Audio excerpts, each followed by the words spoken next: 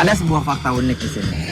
Di daerah Lombok ini, setiap harinya kurang lebih ada 5.000 ayam kampung yang dikorbankan setiap hari. Tahu untuk apa? Untuk dijadikan ayam taliwang. Oke, di Lombok itu juga surganya makanan. Salah satu yang harus dicoba adalah ayam taliwang.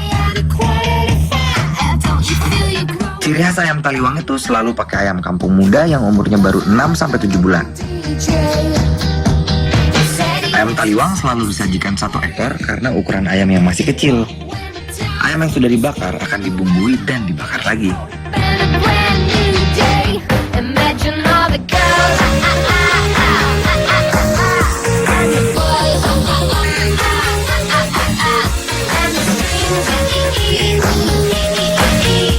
Yaudah, kalau begitu yang di rumah silakan ngiler, saya makan dulu ya. Ayo Mas Ben. Yuk. Ayam tempur.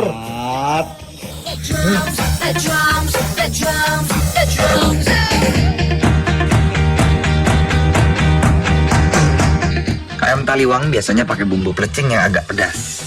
Tapi kalau saya, sukanya yang pedesnya nendang dong.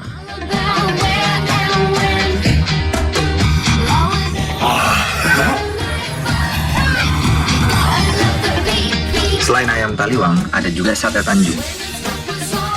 Sate Tanjung dibuat dari potongan daging ikan cakalang yang dilumuri bumbu rempah. Dan ini bisa kita temuin di bagian utara Lombok.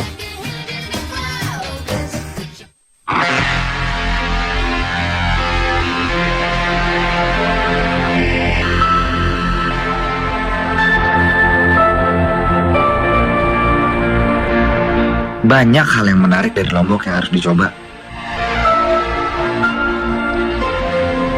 Saya pun punya pilihan sendiri.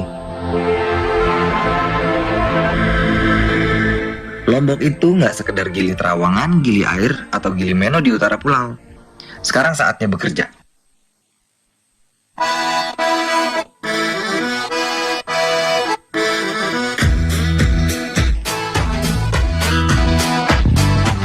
Menemukan harta karun dan surga-surga tersembunyi di Pulau Lombok. Dan ini adalah sisi lain dari Lombok. Nih, di sebelah saya adalah Pelabuhan Lembar. Tempat merapatnya orang kalau dari Pulau Bali ke Pulau Lombok. Biasanya orang kalau udah sampai sini tuh langsung ke daerah utara, ke Gili, ke sekitarnya lah. Terus bagaimana yang daerah sini? Padahal daerah sini ada yang gak kalah kerennya.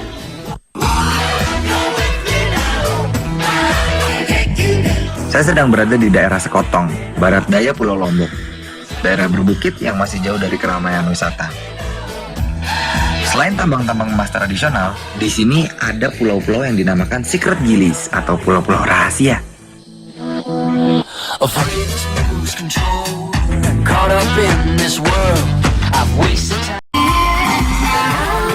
Dan di barat daya Pulau Lombok, tepatnya di daerah Sekotong, ada beberapa gili yang dikenal sebagai gili-gili rahasia atau Secret Gilis. Kalau di utara, di Gili Trawangan, Gili Meno sama Gili Air memang cenderung lebih lama ya. Nah buat orang yang nggak suka keramaian, bagian barat dayanya ini ada memberikan opsi lain yang nggak kalah keren. Dan di sini nggak cuma memberikan 3 opsi pulau, tapi 7 opsi pulau.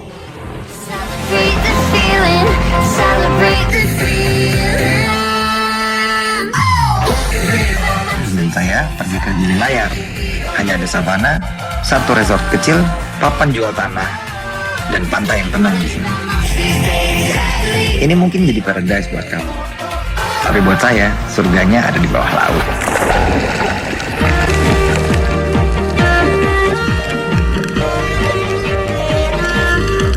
Karena masih jarang didatengin, underwaternya Gili Layar tuh bener-bener keren banget. Terumbu karang dan ikan warna-warni di mana-mana. Nggak cuma banyak soft coral di bawah lautnya Gili Layar. Hard coral seperti karang meja tumbuh subur di sini.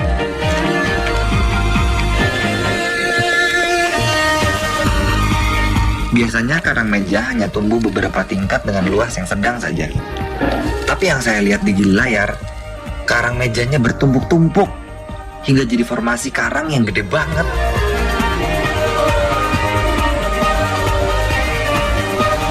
Terumbu karang yang sehat jadi rumah buat ikan-ikan yang menari di depan mata waktu snorkeling di sini.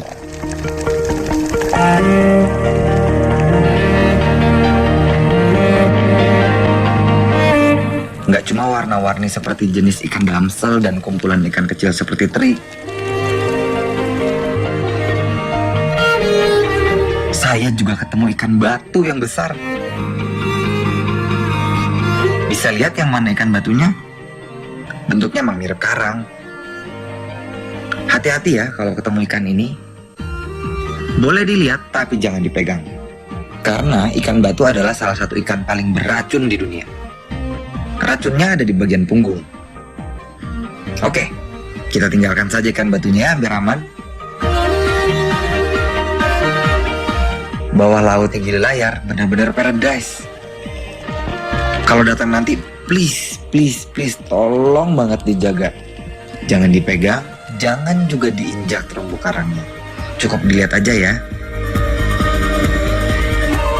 Dan surga di bawah laut Gili Layar ini bisa dicapai hanya sekitar 2 jam dari kota Mataram.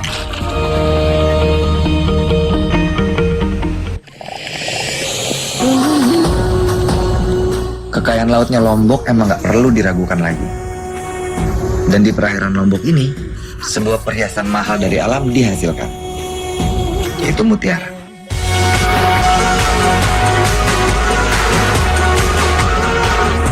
Lombok adalah penghasil mutiara laut terbesar di Indonesia. Mutiara-mutiara Lombok dihasilkan oleh kerang-kerang yang dibudidayakan di sekitar perairan laut Lombok. Tandanya, bola-bola pelampung yang berjajar rapi. Di bawah bola-bola ini, di kedalaman sekitar 7 meter, hidup kerang-kerang mutiara yang khusus dirawat untuk menghasilkan perhiasan yang mahal dan langka ini. Dan setiap sebulan sekali, mereka akan dibersihkan.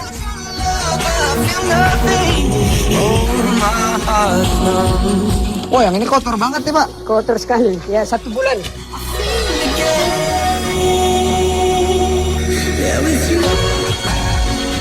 Ini di karung-karungan gini supaya nggak dimakan sama ikan-ikan. Jadi aman, terlindungi.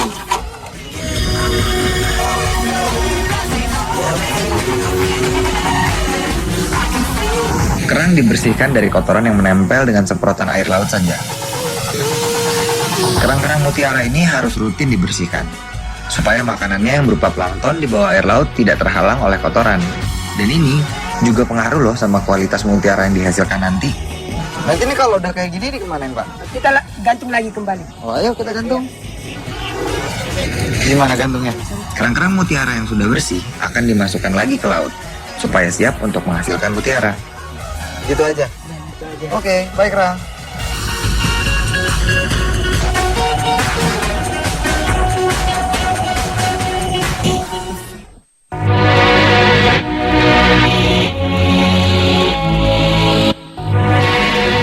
Kerang harus berumur 2 tahun dulu baru siap untuk membuat mutiara. Dan butuh 2 tahun lagi supaya mutiara terbentuk. Jadi total untuk satu mutiara 4 tahun.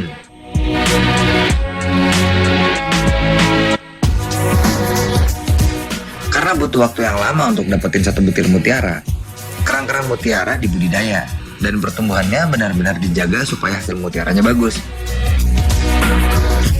Untuk membuat mutiara awalnya nih dari sini nih. Di sini ada banyak banget anak-anak kerang. Karena kalau misalnya di alam lepas, biasanya nanti anak-anaknya udah dimakan sama ikan gitu. Karena kalau kita lihat dengan mata telanjang begini, anak-anaknya nggak akan kelihatan. Harus pakai mikroskop, coba dilihat deh. Bisa nggak? Ya kan, cuma titik-titik gitu-gitu doang. Wih, kayak zaman sekolah nih. Coba kita lihat. Nah, ini dia nih.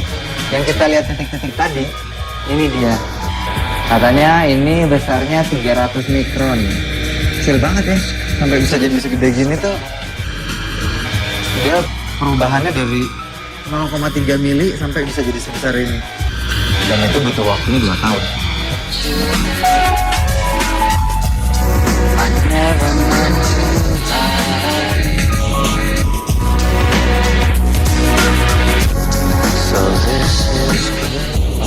Keren banget nih, kayak di film-film. Nah, ini adalah makanan bagi para anak kerang itu. Dan ini adalah fitoplankton. Makanan untuk bayi kerang juga dikontrol di sini. Dengan bantuan sinar dan gas CO2 atau karbon dioksida, Fitoplankton atau plankton, tumbuhan yang ukurannya sangat kecil, bertumbuh di botol-botol kaca ini. Berusaha melihat tapi nggak kelihatan. Makin gelap warnanya, makin banyak fitoplankton. Dan kalau udah siap, fitoplankton akan dituang ke wadah besar tempat bayi kerang tadi. Luar biasa ya, untuk ngedapetin sebutir mutiara tuh sistemnya sampai sedetail ini gitu, sampai dipikirin makanannya dari fitoplankton. Terus ini suhunya nih, ruangan ini dingin banget. Terus nggak mampu ngomong apa-apa lagi deh, luar biasa. Dan dari seluruh proses itu tadi, semua hanya untuk menghasilkan sebutir mutiara.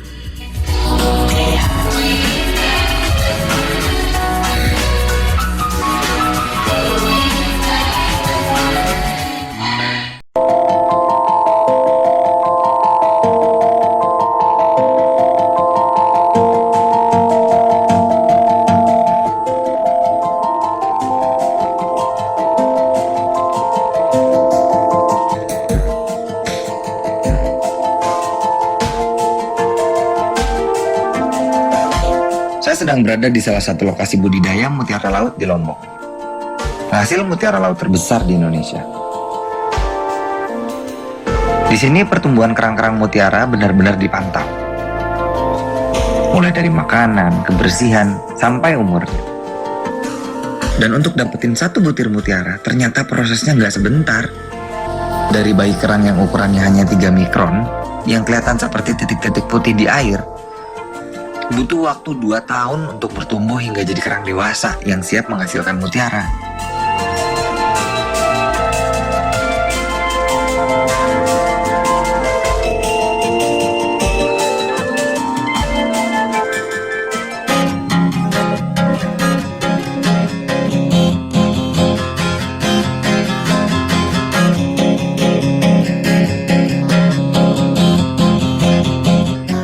Mutiara sebenarnya adalah hasil dari pertahanan tubuh kerang. Tanpa benda asing yang masuk ke dalam kerang, mutiara nggak akan mungkin terbentuk. Benda asing seperti pasir yang masuk dapat melukai bagian dalam kerang. Jaringan mantel kerang akan mengeluarkan lendir untuk melapisi benda asing tadi supaya permukaannya jadi halus dan gampang dikeluarkan dari tubuh kerang. Karena sangat susah untuk dapetin mutiara yang terbentuk secara alami, pembentukan mutiara akhirnya dibantu oleh manusia.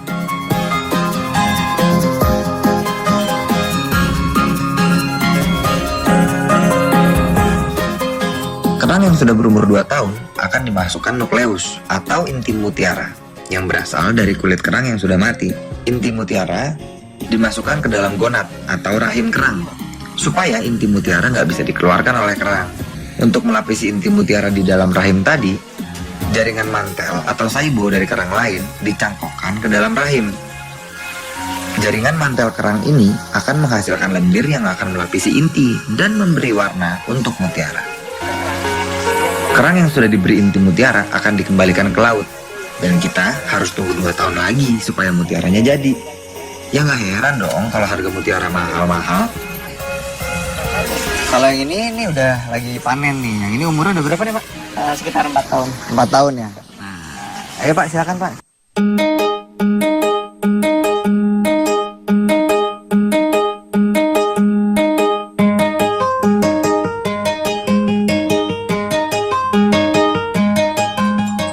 Dan ini dia, mutiara laut Lombok. Wih, ini terhitung bagus nih. Ini apa? Hampir ke deep gold warnanya. Kerang yang hasil mutiaranya bagus akan dimasukkan inti mutiara lagi untuk menghasilkan mutiara yang lebih besar. Dan kerang mutiara laut bisa menghasilkan 3 mutiara dalam hidupnya.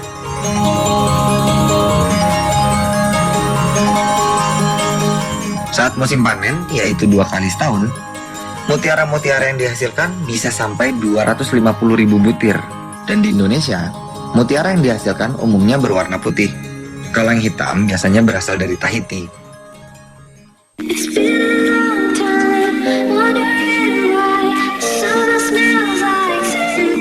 Harga mutiara asli bisa dari 200.000 hingga 21 juta.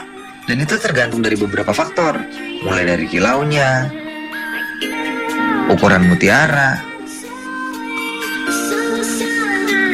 kehalusan permukaan, bentuk mutiara, dan terakhir dari warnanya.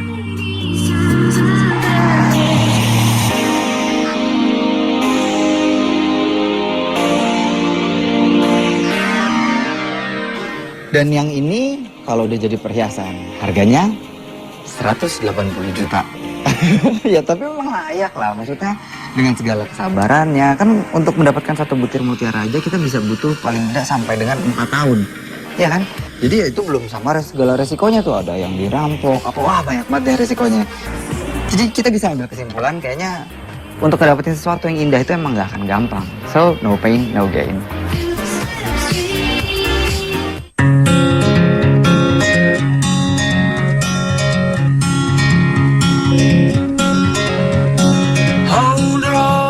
Selain mutiara, harta karun Lombok yang lain tentunya pantai-pantai alami dengan pemandangan yang super indah. Saya menuju pesisir selatan dari Lombok Tengah, sebuah pantai yang jadi pusat festival bau nyale atau mencari cacing laut di Lombok. Namanya Pantai Seger. Just know you're not alone, 'cause I'm gonna make Pantai Seger ini punya beberapa garis pantai dan bukit-bukit kecil di sekitarnya. Di sini kamu bisa surfing atau sekedar santai di pantai. Tapi menurut saya, tempat yang terbaik untuk menikmati Pantai Seger adalah dari atas.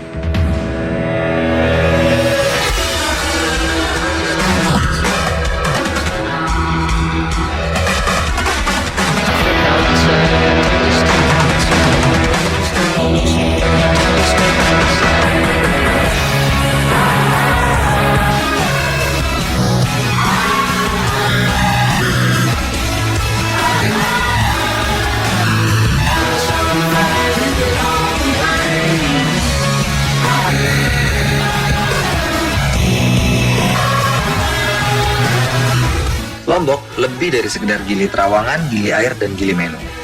Memang mudah untuk mencapai spot-spot itu, tapi nggak sulit juga untuk ke surga-surga yang lain di pulau ini.